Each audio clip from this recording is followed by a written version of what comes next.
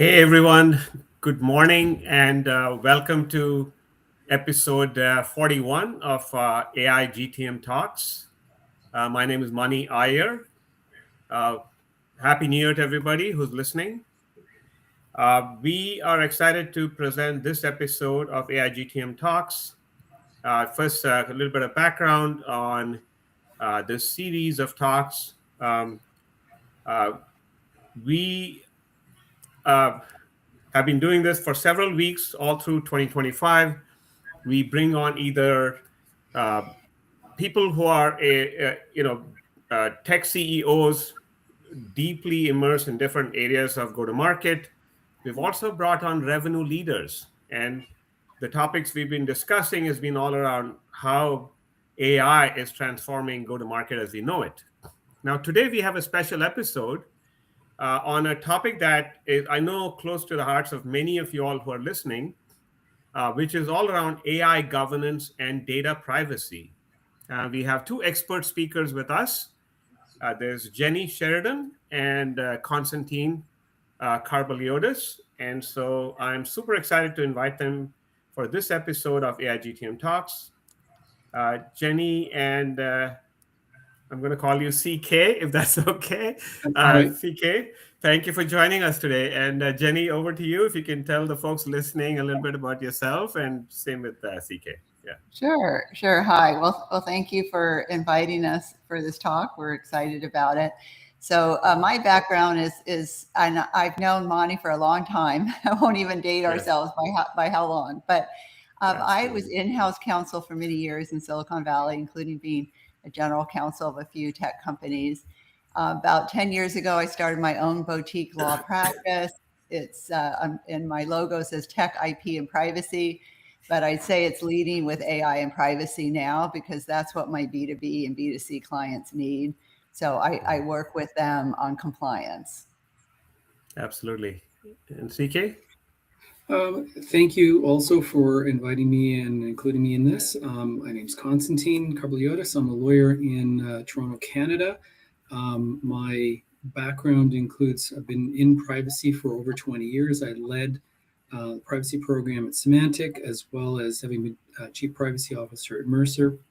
So a lot of experience internationally dealing with Canadian, U.S., EU, and most of the regions in the globe.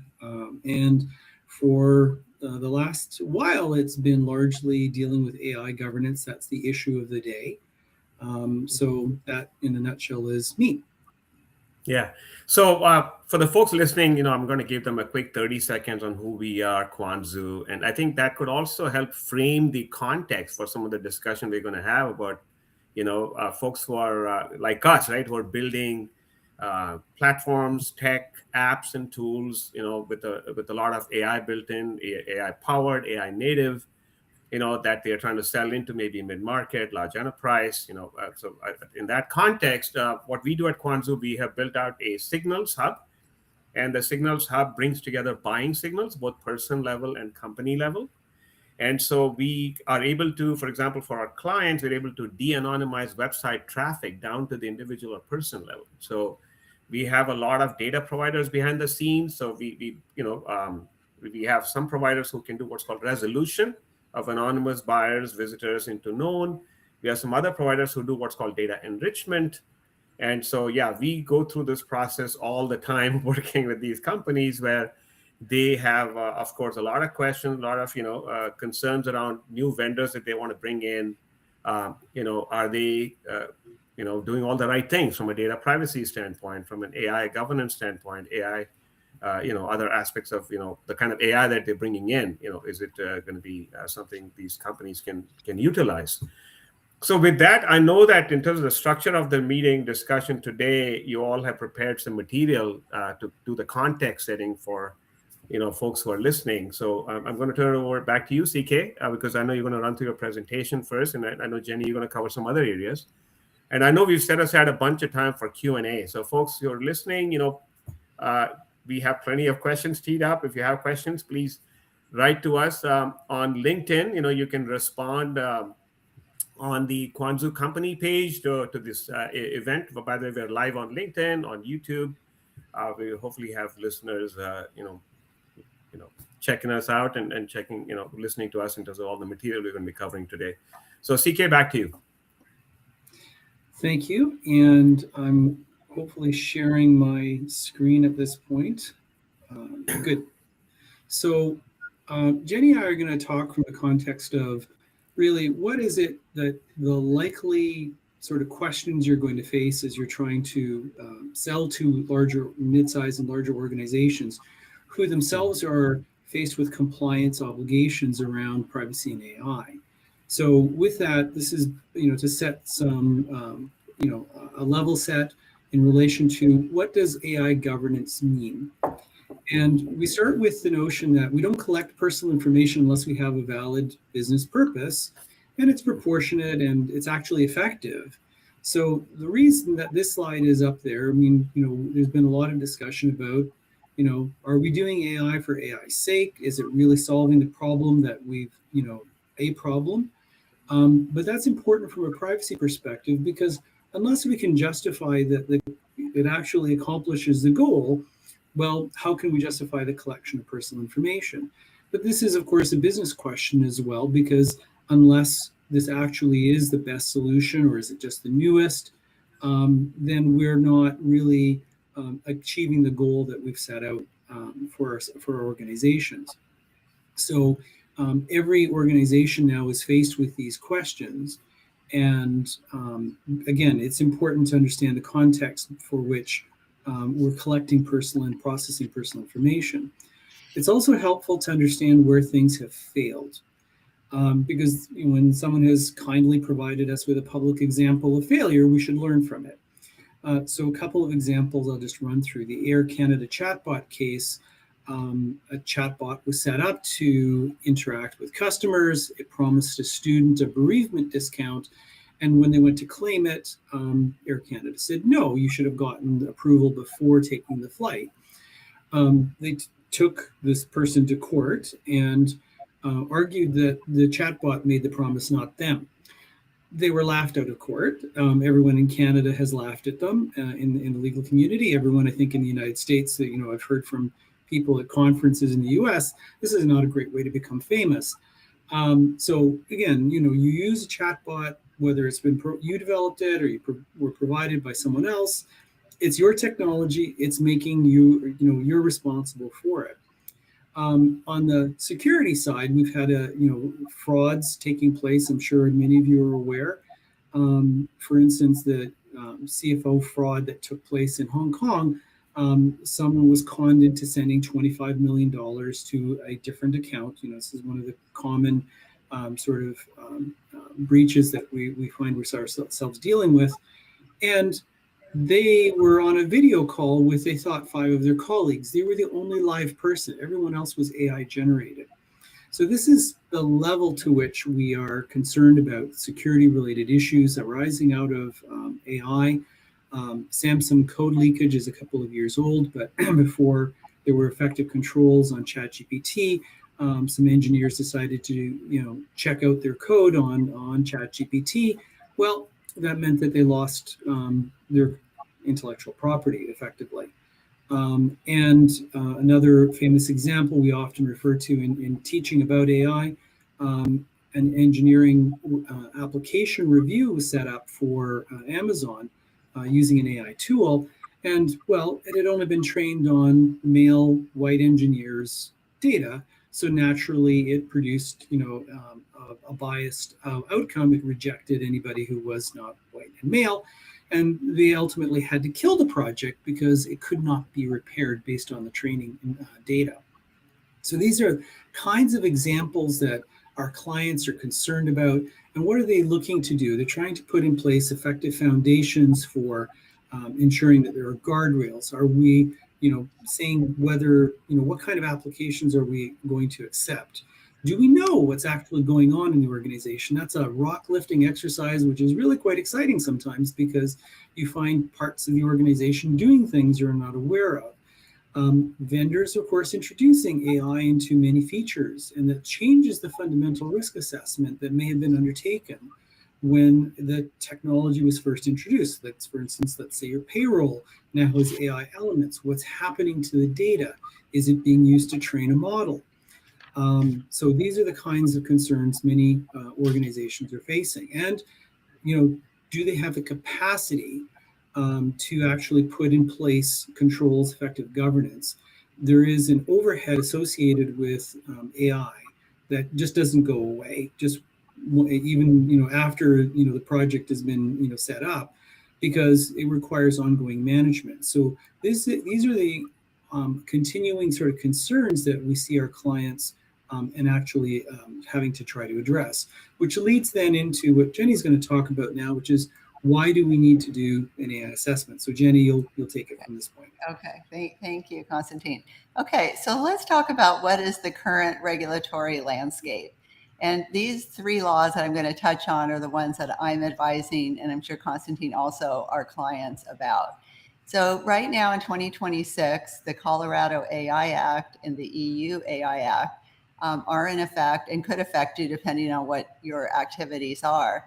So the Colorado AI Act, it was actually going to come into effect next month in February. The legislature postponed it till June.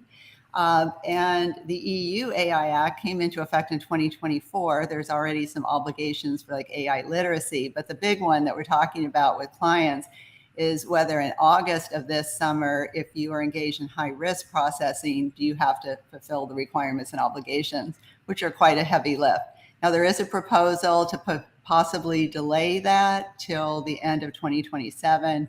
So we got to wait and see about that. And then California, where I sit, so really like to follow that carefully. California's CCPA, our new regs for ADMT, automated decision-making technology, those were finalized and they will actually come into effect in 2027. But it's interesting that it's a broad definition. It's technology, including AI or machine learning, that is used to make a significant decision that replaces or substantially replaces human decision making. So some of the commonalities or common threads we see across these three laws are about high risk processing. What is high risk processing? Well, think of yourself as a consumer. If there's this black box that's making a decision about you for healthcare, for housing, for jobs, for financial decisions, for loans, that's a significant decision. So those are the areas that, again, we assess, and we'll talk about that more in the slides and the Q&A, but where we, again, have to go deeply into the assessment if you're in this area of high-risk processing. Now, for my B2B clients, where I see this coming up, and this is what I'm hoping in this talk can be helpful, is the sales process and the corporate due diligence process. So in the sales process, my clients are getting questions from their enterprise customers about their AI solution. They'll often say, is it compliant? Okay, well, I first have to go through with my client and explain, let's look at whether those obligations in those laws that I'm talking about directly impact you. And there's a lot of privacy laws we're not covering in this talk, but we go through that as well. Or does it impacting directly your customer? And then you need to be able to answer those questions for your customer so that they can feel comfortable that they're going to be compliant.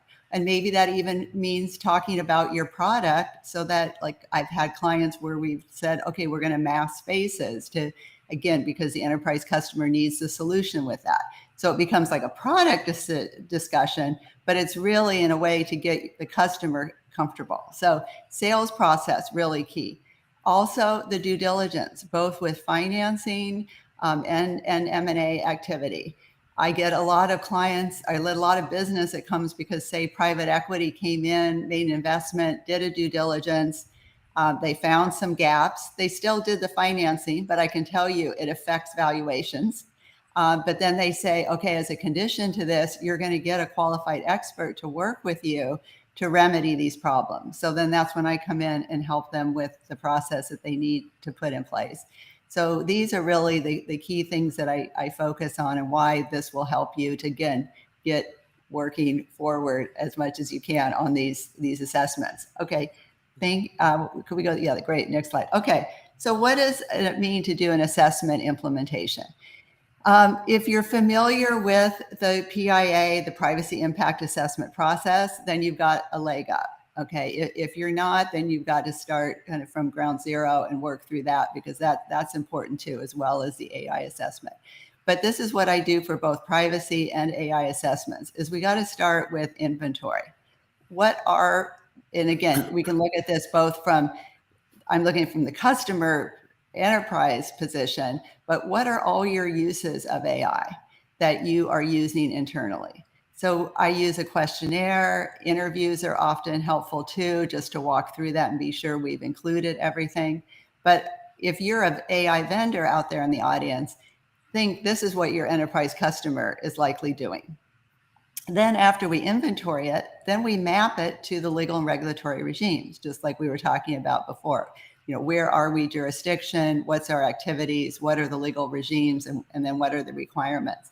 Then we get into the nitty gritty of the assessment.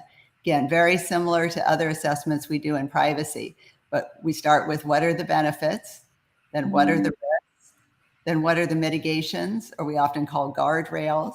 I mean, some of these you may be familiar with, but a lot of them are around cybersecurity, right? Encryption, things like that. But data minimization, geo-blocking, a kill switch, consent flows. Those are some of the things that are, again, the more you know those and are familiar with them and can talk about them, especially if you're in the sales process, the better.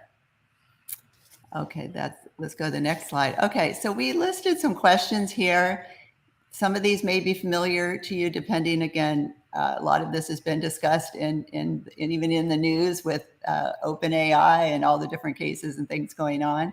But ownership of inputs and outputs. Also, of course, quality of inputs.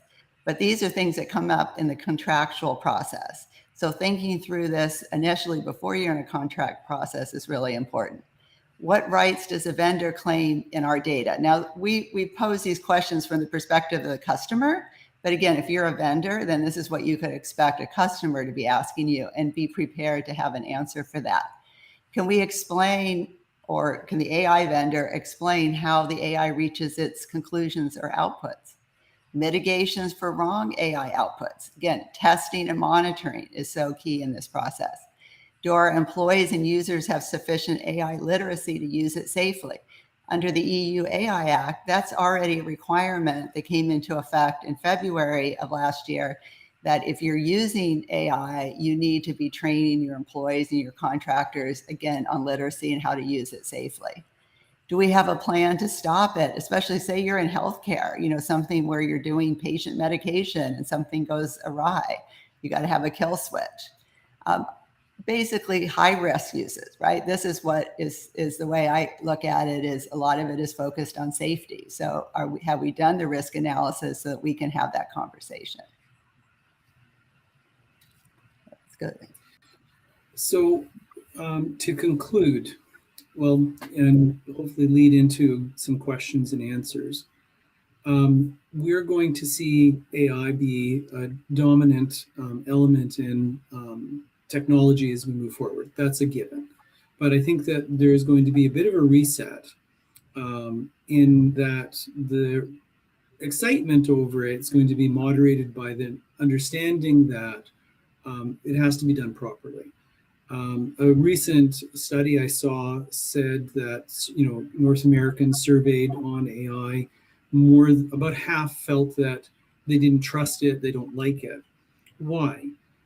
Probably because they're conscious of the fact that governance has been lagging, and there's going to have to be some effort being put in place in order to ensure that trust is there, and that's going to apply whether you're in a B2C situation or B2B, because ultimately your business customers have exactly the same challenges. They have to be able to explain how they got the data. What is its provenance? Is it accurate? Have they got the rights to use that information? I'm sure many of you are aware about the lawsuits relating to copyright. Retention, discipline. I've spoken at conferences and asked how many people have a retention schedule, and everyone puts up their hand. And they go, I ask then, how many of you are following it? this is going to be exacerbated by the desire to use as much data as possible for training AI, when we don't know that where we've gotten the data from or whether we should even still have it. And cybersecurity fundamentals can't be ignored. We've seen time and time again that there are issues relating to the use of AI that can result in breaches for organizations, exposure of personal data, financial losses for organizations. So these are key questions that need to be addressed. And AI governance is, increasingly a board obligation. So in your own roles as board members, if that's what you fulfill, you have an obligation to understand, to ask the right questions of management to ensure that the right governance is being put in place.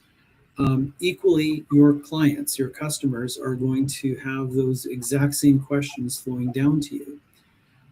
And so, of course, everything entails risk. Crossing the road entails risk.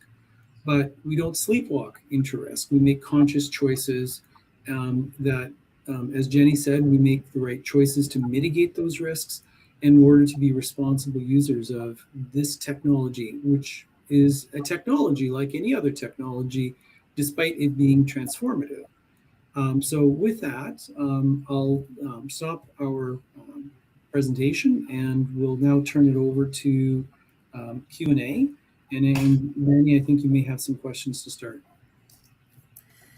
Yeah, no, I think, thank you. I mean, this was a great overview for, I'm sure many of our listeners, as I explained to you, we tend to have folks listening who are either founders who are building, AI native, AI powered applications, tech tools. And then also we have many marketing and sales leaders, revenue leaders who are listening. So, a lot of it, they're dealing with prospect data, they're dealing with customer data. They have to have some of the data be available to their vendors. And, and then they are also concerned about their vendors having other subcontractors who are accessing the data. So maybe, I know we've really covered a lot around AI governance and AI assessments, but one other area of interest to the folks who are listening is really around how data needs to be handled, data privacy, data compliance. So with that in mind, I'm going to ask you, if you don't mind, a few questions, just also to educate the folks listening. GDPR, as you know, comes up a lot. And then there's this whole terminology around controllers and processors and sub-processors, and maybe maybe one of you can address that topic around GDPR and just the basics, if you will, around the context I gave you of, say, us at Quanzu or a provider like that who's selling into a marketing and sales organization. How should they be thinking about it, and how should the customer be thinking about it? So what's important to know is your role always in relation to data, and it will change depending on the nature of the data. So you as Quanzu, when you do direct marketing, when you're dealing with customers directly, you are a controller of that data. You decide the uses and the purposes of that information. Correct. But in the context of where you're providing a service through, in a B2B relationship, your contract limits what you can do with that data. You can only do with that data what the client permits you. You're in that context a processor. And it's really important, especially when you're writing privacy notices, not to overpromise, right? To say clearly what your role is in relation to the data, because if you're providing a service to another organization and you're just simply a service provider, outsourced service provider, you don't take those obligations on. That belongs to the client. You have to support them. And I think this is going to be where Jenny and I are going to be emphasizing the role that you play in the B2B context. You have to support your client. They will come to you with, well, we've got this access request and we need to answer it, but you have the data, or you can help us explain how it reached this result. So really, that is also really inherent and important part of the role that you play in winning business, is that you know that this is an ongoing relationship to help the client support their compliance obligations. Absolutely. Thank you. Yeah, makes sense. I'll just add to that. So with my clients, say my B2B SaaS tech clients that have a platform that, like I think Constantine was saying, for my client, they're acting as a data processor for that data that the customer is putting on the platform. It could be their employees, it could be their customers. And it's important for, I guess, just everyone in the audience to know that, again, if you're transferring or exporting they call it personal data in the EU. In California, we call it personal information. But from the EU to the US, you have to have a legitimate means to transfer that data. So many of you have probably heard of the DPAs, the data processing addendum or data processing agreement. That includes something called the standard contractual clauses that's been blessed as one of those means. We also have another means now, the data privacy framework in the US that succeeded the Privacy Shield, that succeeded the Safe Harbor that I did about 20 years ago. So there's some different means to do that. But that DPA, what Constantine's talking about, is one of those is a controller to processor. You'd want to have that in place. But also I do controller to controller DPAs where, again, and again, just the quote definition is a controller determining the means and purposes of the processing. So it's often in marketing context. But if you're sharing, if two entities are acting as controllers, because each of them is going to benefit, really, as I look at it, you got to have that controller to controller DPA.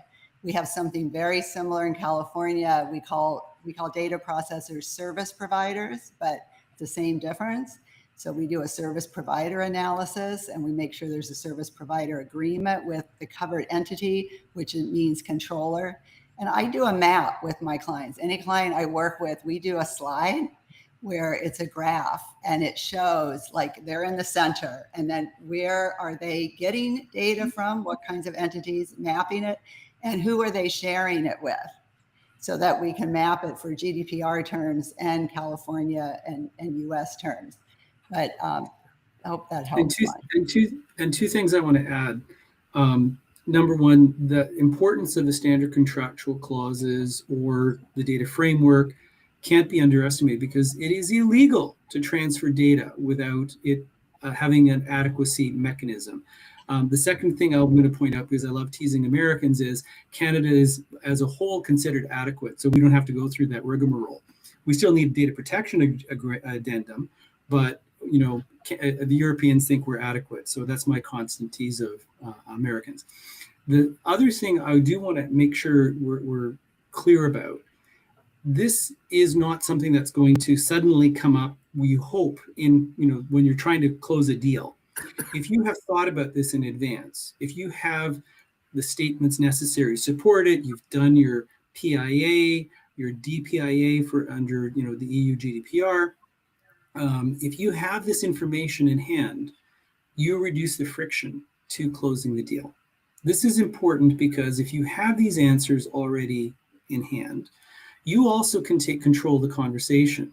In preparation for this, Jenny, when we were talking with Mani about this, we talked about contracts. How many of you have been presented with some 80-page contract with schedules A through U that have nothing to do with what you're actually providing as a service, right? If you don't take control and present your paper and say, we're not collecting anything sensitive, folks, here's the commitments that we're making around it, then you avoid a lot of the friction to closing the deal, and in fact enable closing the deal. And you also demonstrate to your client, you've got control over this. You understand what the obligations are. You're going to prove confidence. So these are things that need to be done in advance. Yeah, and I'd add to that the trust center, Mani, like we've talked about. I mean, again, high growth, privately held companies in the Valley, they're doing the trust center.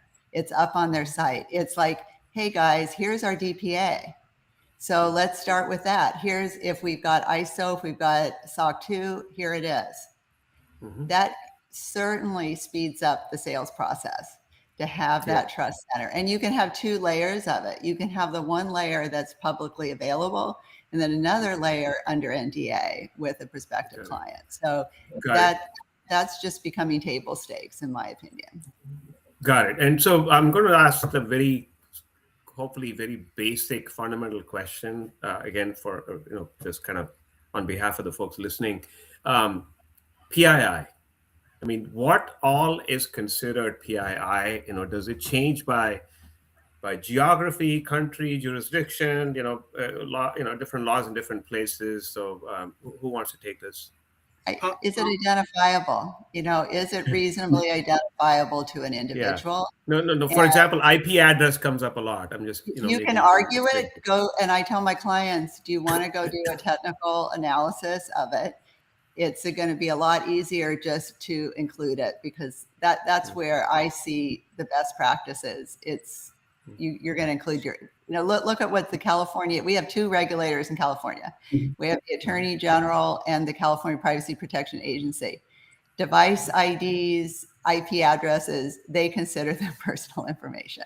So if you're tracking those, if your business is tracking those on your website, on your app, you're in as far as the regulator is concerned. Are you going to have a fight with the regulators? Even the big companies have found how well that goes.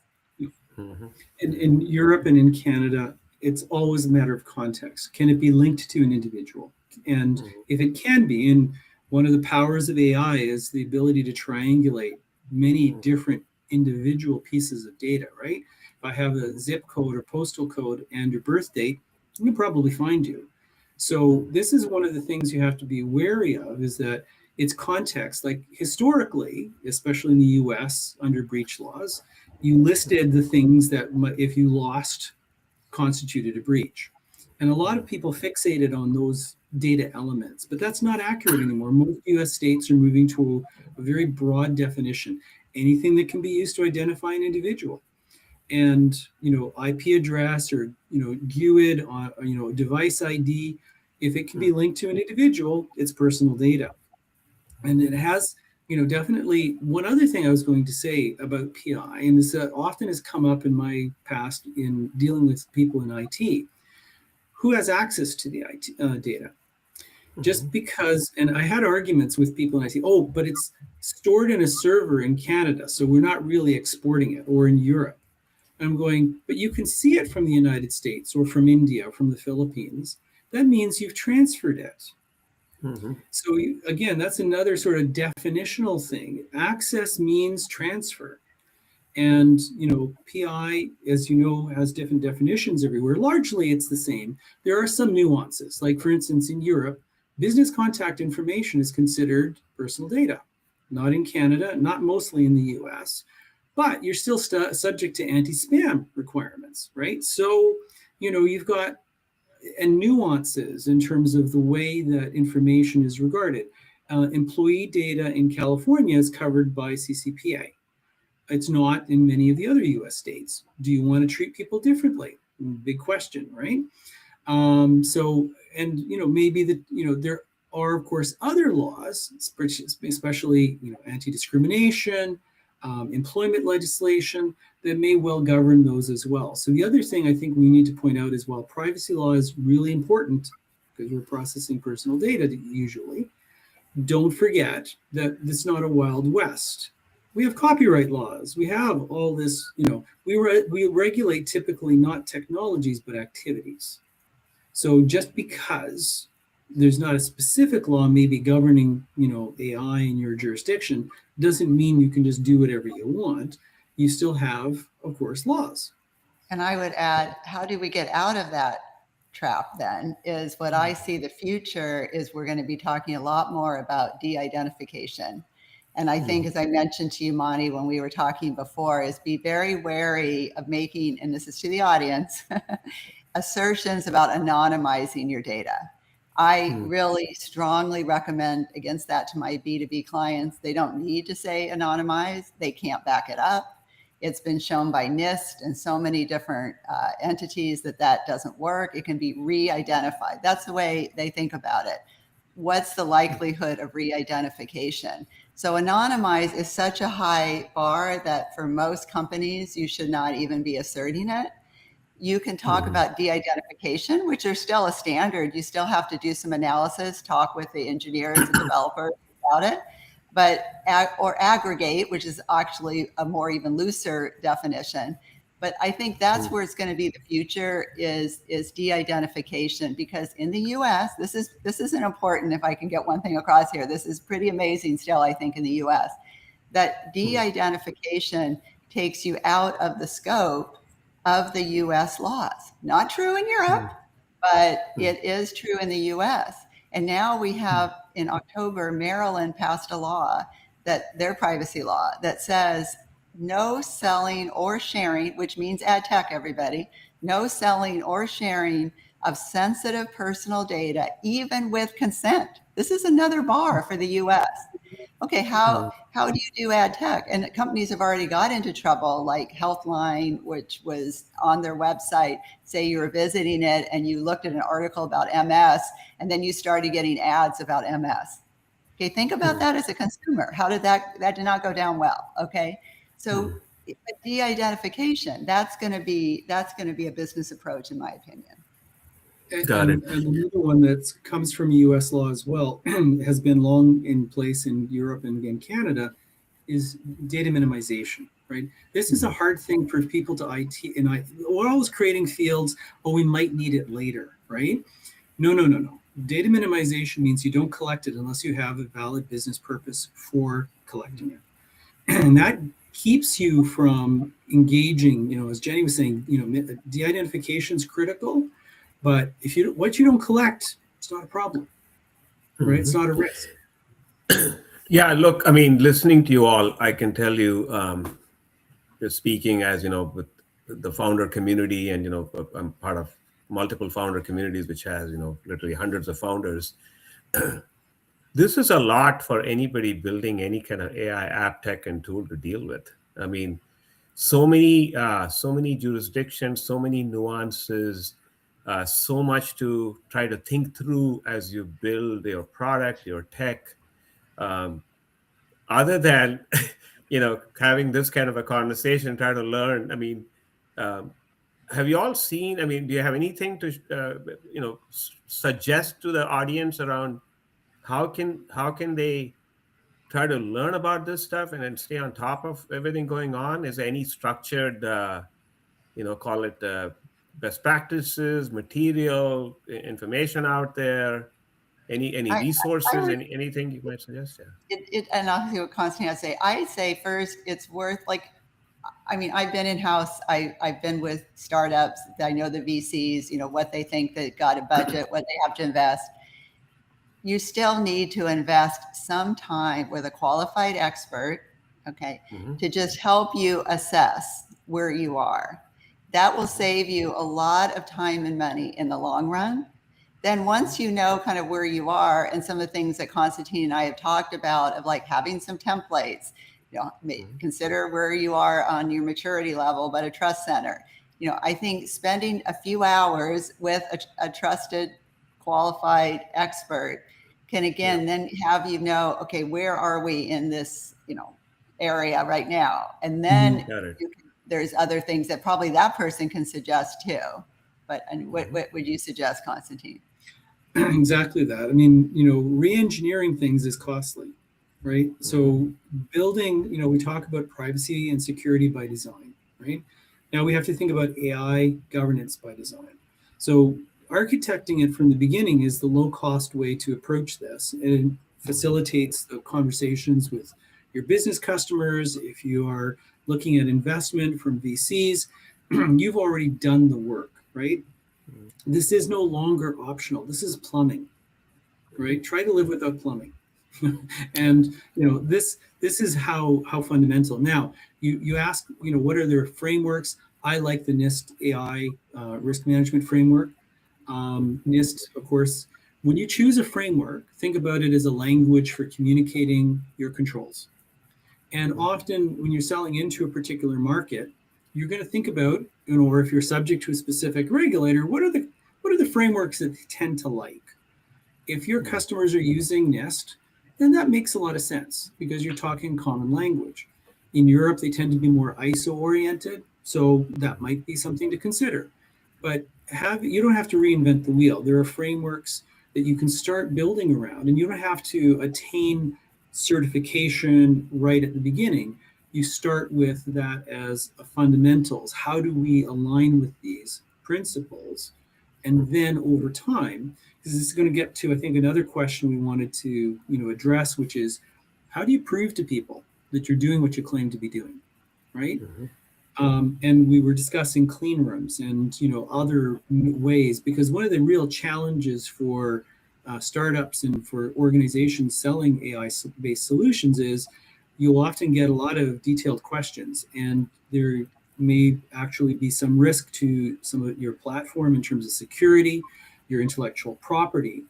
One of the ways to deal with that is you can invite somebody into a clean room where they can see but not copy, and that way ascertain that you're doing the right things. The other way, which is, I think, in the long run, the sensible way, is to build a program, around a framework like NIST or ISO, and get a third-party assessment. Then you don't have people traipsing through. You've got a piece of paper that says, yeah, we've got the right controls. And in the long run, that helps one attain the goal of reducing friction, closing the deal, but it also reduces the cost of those individual, I've been through audits from clients. It's much better, as painful as a SOC 2 is, to do it once a year than, have people running through and doing that kind of detailed questioning of you multiple times in a year. And it's worth for small organizations to think about, because usually don't have the manpower to support this kind of activity. I would back up a little bit. Here's what, Mani, let me tell you what I hear from my clients. Because again, I work with all different levels of maturity. Do you have okay, you may not have a CISO, a Chief Information Security Officer. Do you have an Information Security Officer? And do you know what the function of an Information Security Officer is? My B2B clients typically do. There are more sophisticated, because most of my B2B clients can't do business without going through SOC 2, honestly. That's just what I've seen in the last several years. My B2C clients that are doing high-risk processing and they've outsourced their IT, and they don't, I have to explain to the CFO what an information security officer is. Yeah, that's a bigger lift, but I am trying to get that message across even with VCs. And I know my friends at larger firms are talking to VCs about this, that those B2C companies, if they're doing high risk processing. So again, this is the key. I mean, again, I'm a very practical, risk-based counsel here. But we got to do some discovery. We can't give you counsel without doing some discovery first. But if we're in high risk processing, are we doing children's data, health data, precise geolocation, things like those are things that regulators, even in everywhere across the country, I'll say, they are caring about that. Then we better understand that, start with that. Because again, Mani, if you have a good ISO, they're going to know what Constantine and I are talking about. They're going to know about NIST. They're going to know about these. Then they're going to be negotiating with the CFO over the budgets and things. But you know what? But you got to really start with, and it can even be an external. There are fractional ISOs. That's what I'm recommending to my current B2C clients. But you got to have that functionality. Got it. So, we only have a couple of minutes left. So any closing comments, closing thoughts, and then, I do want to put up the final slide. Yeah, I'll then put up the final slide on how people can get in touch with you. But yeah, go ahead, CK. So two things. I mean, I was going to say, add to what Jenny was saying your cyber insurance, people are going to be asking a lot of the same questions, and you need cyber insurance, especially if you're in the AI marketplace, because there are consequences to breaches, to things going awry. They will ask all the same questions. So you want to make sure you have the answers to that, and convincingly and demonstrably, so that they don't come back later and say, you misstated things, because insurance companies don't like to pay out unless they have to. So my thought for you for 2026 is it's all about the data. You have to understand where your data is coming from. You have to understand who you're sharing it with, how it flows.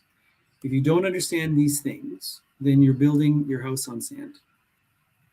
And I would just add with a little anecdotal story, but again, a mobile fitness app that was connecting to a device where they were collecting health data. So they're in the world of sensitive data, right? that smart engineers couldn't, I'm going to do an assessment. Where is the data? They hadn't designed the product to be able to track that. So that is again, it's just a real life example. You spend more time and money to retrofit that than if they had talked to just a few hours with a qualified person who could have identified, here's the things from a design point of view that we need to think about. We can get into retention, data minimization too, but I focus on these really high risk. You are processing sensitive information. You need to know where it is, because that's what the regulators are going to ask you if they, open the hood. Got it. And so I'm putting up the final slide. Hopefully that's coming through with your contact information. And how can people get in touch with you all, Jenny and CK? Email. I'm glad my email's there. That's the best way. Okay. And CK, same for you? Yes. But also connect on LinkedIn. I don't know if we're constantly. I do a lot of chat on LinkedIn too. So connect with me on LinkedIn too. Awesome. And I know you've got the material that you've offered to share. So folks listening, we'll have this also shared out to the Quanzu company page, so anybody can pick it up. It's a nice PDF of all the material we covered today. So I think that sums it up. Thanks everyone for joining us today. This concludes episode 41 of AI GTM Talks. Thank you, Jenny.